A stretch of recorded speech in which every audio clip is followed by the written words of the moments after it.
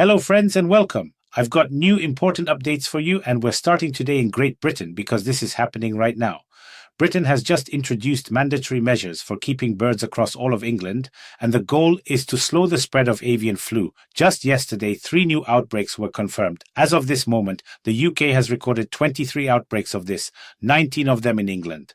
Now, you can of course think whatever you want about this information, but the fact is the bird populations are shrinking.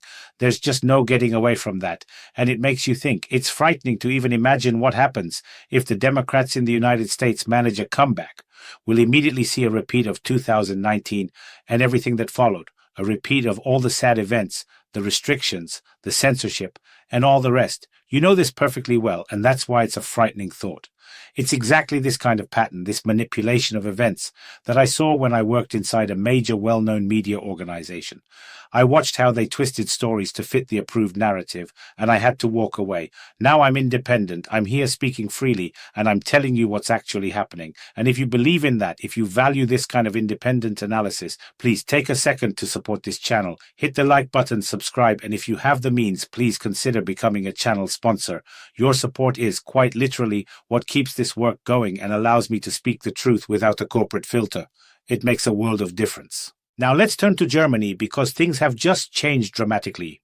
For the first time in 2 months, the CDU/CSU bloc, that's Friedrich Merz's alliance, and the right-wing alternative for Germany, the AfD, are running neck and neck. Both parties, according to the very latest poll, are pulling 25.5% of support. The last time we saw a situation like this was back on September 16th. Way behind them you find the Social Democrats at just 15%. But, for complete objectivity, we also have to note what the head of the INSA Polling Institute, the one that actually does this research, explained. He said that for 58% of voters, the current ruling coalition has not met their expectations. So despite whatever the polls say today, the majority of Germans remain deeply dissatisfied with the government's performance, with the work of this ruling coalition, and it's not their only problem. Everyone knows Germany wants to rebuild its army, right? Well, a new poll just showed that 63% of young people are against mandatory military service. This completely contradicts the government's desired goal. And what's more, if you have a mandatory draft when the majority is against it, you can't even talk about effectiveness.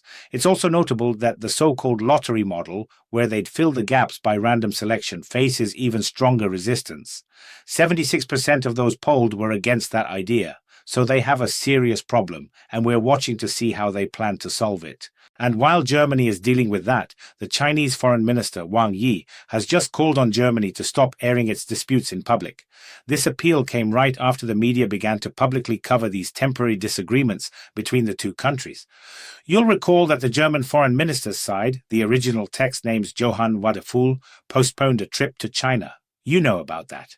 Now, in a phone call, Wang urged his German counterpart to stop engaging in microphone diplomacy. He also said, Germany must refrain from baseless accusations that contradict the facts. According to the Chinese minister, both countries need to create a more stable and sustainable political foundation to keep the relationship on the right track. This is crucial, as China and Germany are the second and third largest economies in the world, respectively, and have traditionally had very close ties, especially in the economic sphere. So, these are some very serious remarks coming from the Chinese side, and if you think this analysis is important, please take a moment to hit that like button. It truly helps the channel.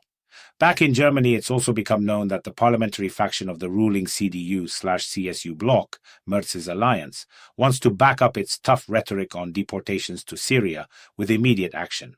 Alexander Throm, the faction's representative for internal policy, has called for swift deportations to Syria, focusing primarily on the unemployed and on convicted criminals. He specifically emphasized that for the Chancellor's party bloc, deportations to Syria are a top priority. Now, let's look at the context. As of today, almost 950,000 Syrian citizens live in Germany. Most of them have refugee status. And according to the source, since the overthrow of the Assad regime, only about 3,000 Syrians have used the voluntary return program. And I should note, under this program, Germany pays up to 4,000 euros per family to leave.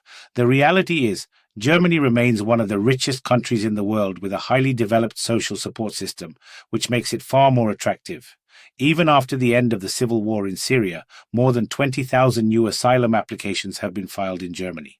And at the same time, we've learned that since Germany tightened its border controls, over 18,500 people have been turned away.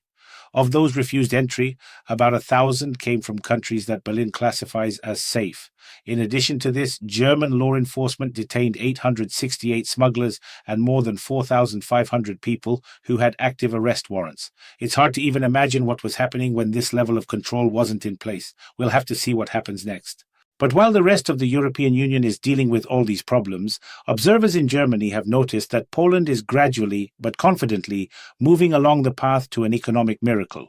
The country's economy is growing, and the reason, as it's being told to everyone, is that the Polish authorities used EU funding to significantly improve their infrastructure, and they claim completely rooted out low-level corruption.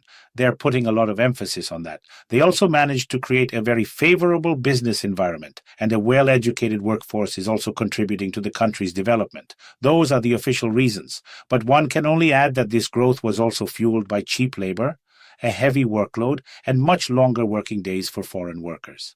That also contributed to the economic development. And you don't see that, I should note, in other countries, like Germany, for example.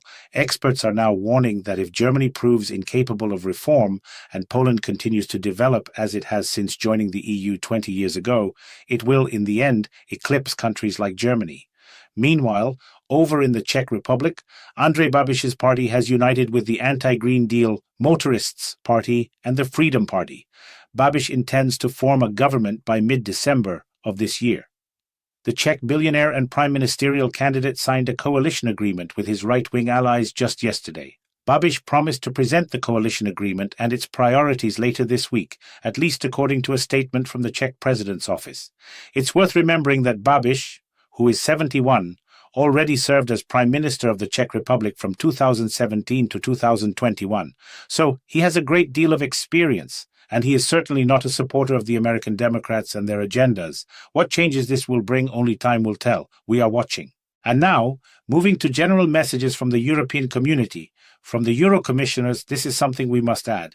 The European Union might appoint a probationary period for new members so that they don't, at some point, turn into a new Hungary, which goes against the bloc's common policy.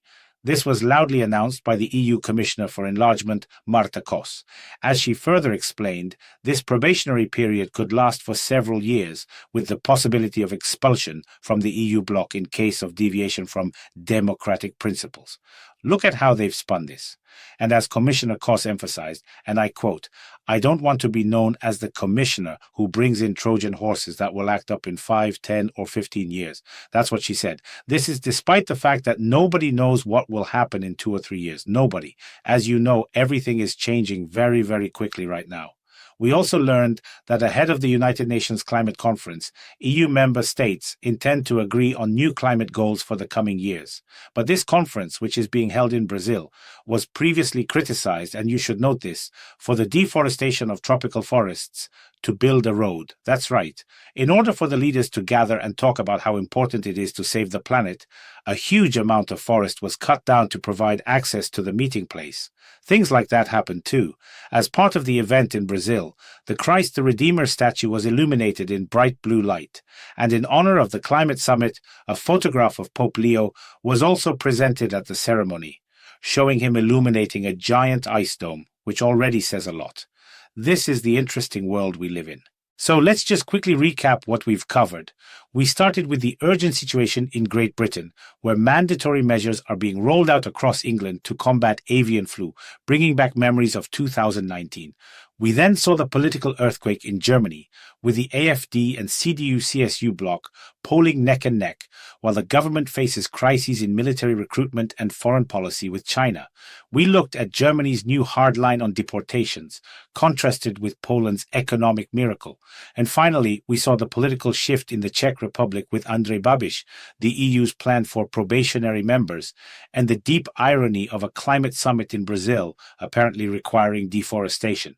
These are the informational moments for today, for right now, and they certainly speak volumes about the direction we're headed. We live in this world, among these politicians. Thank you for joining me. If you found this breakdown valuable, please hit that like button, subscribe to the channel, and share this video. And if you are in a position to do so, I humbly ask you to consider becoming a channel sponsor. It's your support that allows me to bypass the censors and the corporate narratives and bring you this information directly. I can't do it without you. I'll be back tomorrow.